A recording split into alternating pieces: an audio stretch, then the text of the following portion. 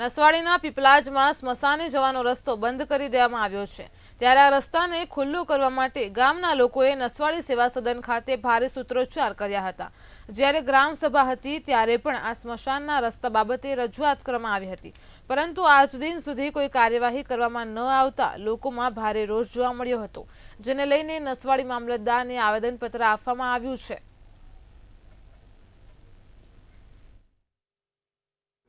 હવે અમે આ મામલતદાર સાહેબને અમે આવેદનપત્ર આપવા આવ્યા છે।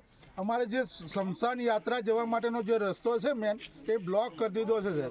હવે અમારે પીપલાજ ગામની અંદર જો કોઈ કદાચ છે મયત થઈ જશે તો અમારે રસ્તો કોઈ છે નથી જવા માટે, અને ગાળા ચીલો હતો એ લોકોએ બ્લોક કરી દીધો છે। હવે અમારે નસવાડી છોકરોને સ્કૂલે જવા માટેનો રસ્તો બી એ જ છે સાહેબ, કે અમારે કંડવા જોડતા ગામમાં કંઈ સંબંધ જોડાય, કંઈ કોઈના ઘેર અમારે લગ્ન પ્રસંગ મરણ જન્મ જવું હોય તો એ રસ્તો એ જ છે સાહેબ અમારે। હવે એ રસ્તો જો બંધ કરી દીધો છે, હવે અમારે કોઈ રસ્તો છે નહીં।